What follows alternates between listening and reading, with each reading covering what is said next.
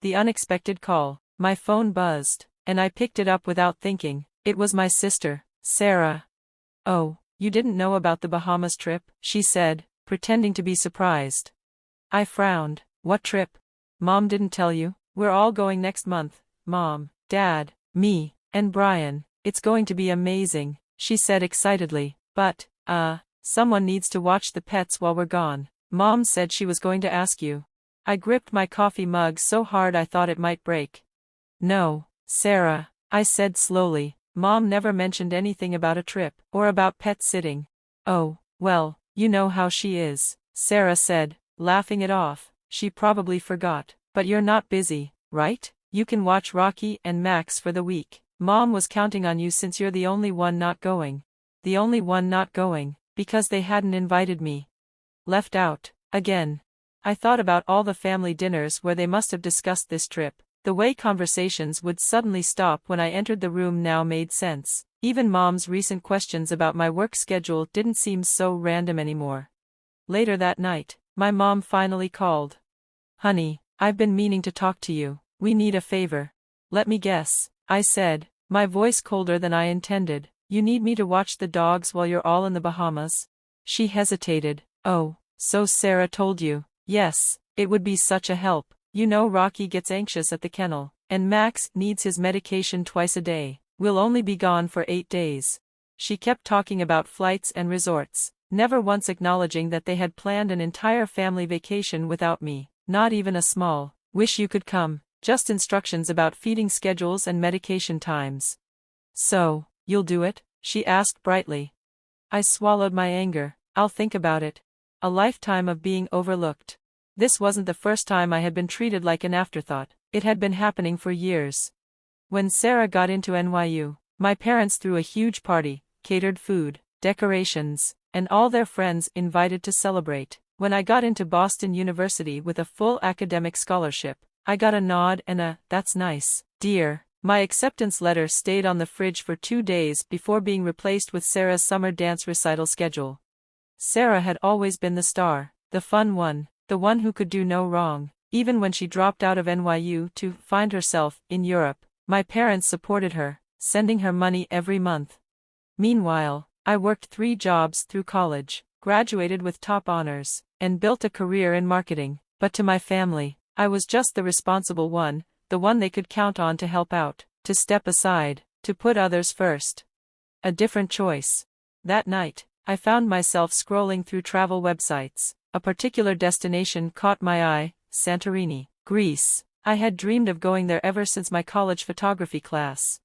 The dates perfectly overlapped with my family's Bahamas trip, and there was a sale happening. My phone buzzed again. "Sarah.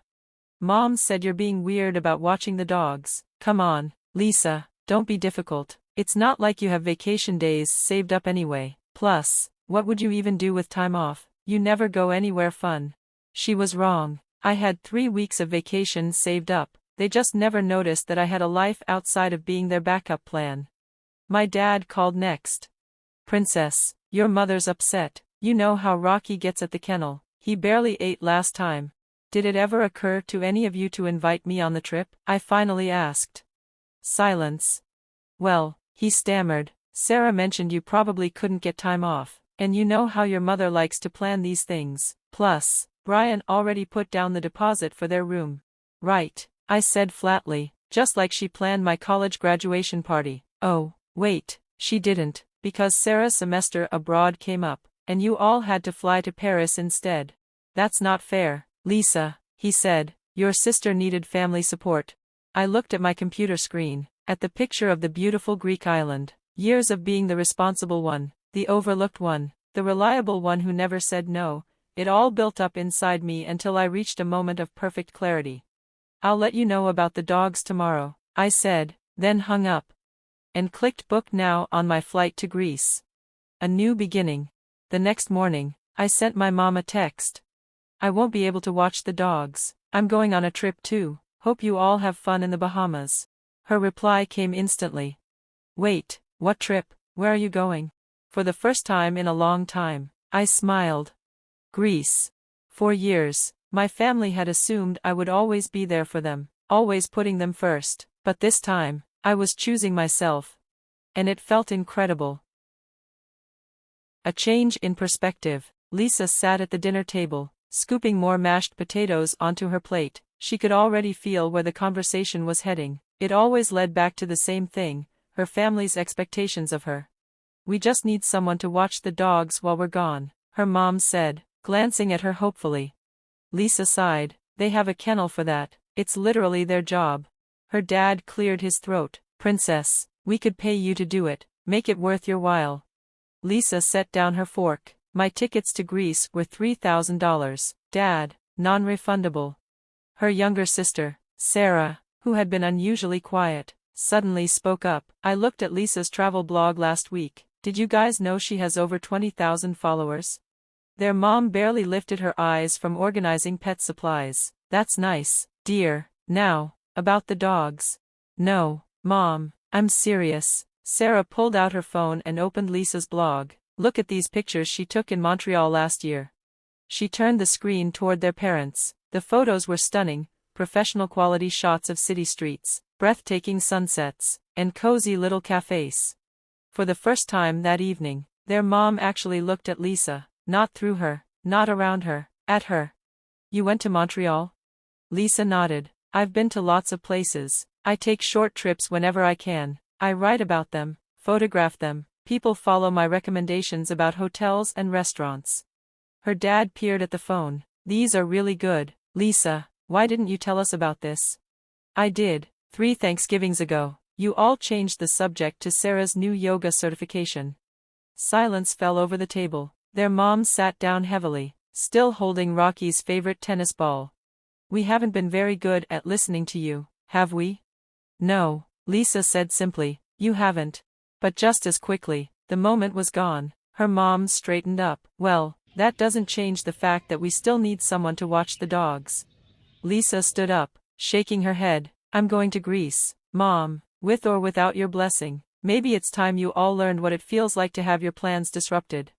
As her departure date approached, her family cycled through the 5 stages of grief. Denial. "You're not really going, right?" her mom had asked, laughing nervously. Anger. "You're so ungrateful." Bargaining. "We'll pay for a different Greece trip, when it's more convenient." Depression. "You're ruining everything." Sarah had sighed dramatically. Acceptance. "Maybe we should have invited you," Sarah admitted one evening. 2 days before her flight, her mom made one last attempt. She showed up at Lisa's apartment carrying old photo albums.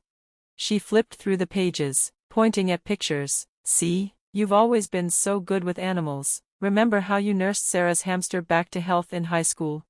Lisa did remember. She also remembered missing her best friend's sweet 16 party to do it while Sarah was off at the beach with her friends. "I remember, Mom, and I minded. I just wasn't allowed to say so." Her mom closed the album with a snap. "Well, I hope you're happy. We had to cancel our trip. The kennel is full, and no one else can take the dogs." Lisa calmly pulled out her laptop and turned it toward her mom. On the screen was a message from her neighbor, Mrs. Chen, confirming she'd watch Rocky and Max, for a reasonable fee. "I found you a solution," Lisa said. "Mrs. Chen is retired, loves dogs, and lives 2 floors down. She's happy to do it for what you would have paid the kennel." Her mom stared at the screen. "But, why didn't you tell us sooner?" Lisa smiled. "Because I wanted you to know what it feels like to be left out of the conversation. Maybe next time you plan a family trip, you'll remember this feeling and think to include me." The morning of her flight, Lisa woke up to a series of notifications. Her mom had tagged her in a social media post, something she never did. It was one of Lisa's Montreal photos, with a caption about how proud she was of her talented daughter, and how she couldn't wait to see the beautiful photos from Greece. Sarah texted immediately. "Mom's trying to save face with her country club friends. She's telling everyone she helped plan your trip." Lisa wasn't surprised. Image had always been everything to her mom. Still, it didn't erase years of dismissal. Her dad showed up at her apartment just before she left for the airport. He held out a small box. Inside was a brand new camera lens, the one Lisa had been saving up for.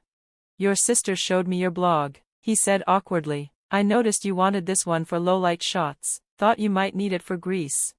Lisa hesitated. Part of her wanted to reject the gift. to prove she didn't need their support, but then she saw something in her dad's eyes, genuine interest.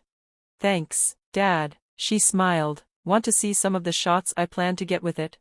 He sat down beside her as she pulled up some reference images. He listened as she explained composition and lighting. He even followed her blog right in front of her. As he stood to leave, he hesitated. "I canceled my share of the Bahamas trip," he said. "Told your mom and Sarah to go without me." "Dad, you didn't have to." "Yes, I did. Someone needs to make sure the dogs are watched properly. Plus, I want to see your Greece photos as soon as you post them. Maybe you can teach me how to comment on your blog." Lisa felt a lump rise in her throat. "Yeah, I'd like that." As she boarded her flight, her phone buzzed with more messages. "Sarah, have a great trip, sis. Your pictures better be amazing." Her mom, instructions on how to access their home security cameras, so Lisa could check on the dogs, missing the point entirely, but at least she'd stopped guilt-tripping her. But it was her dad's message that brought tears to her eyes. "Just posted my first blog comment. Hope I did it right. Make sure to take care of yourself in Greece, not just your camera. Love, Dad."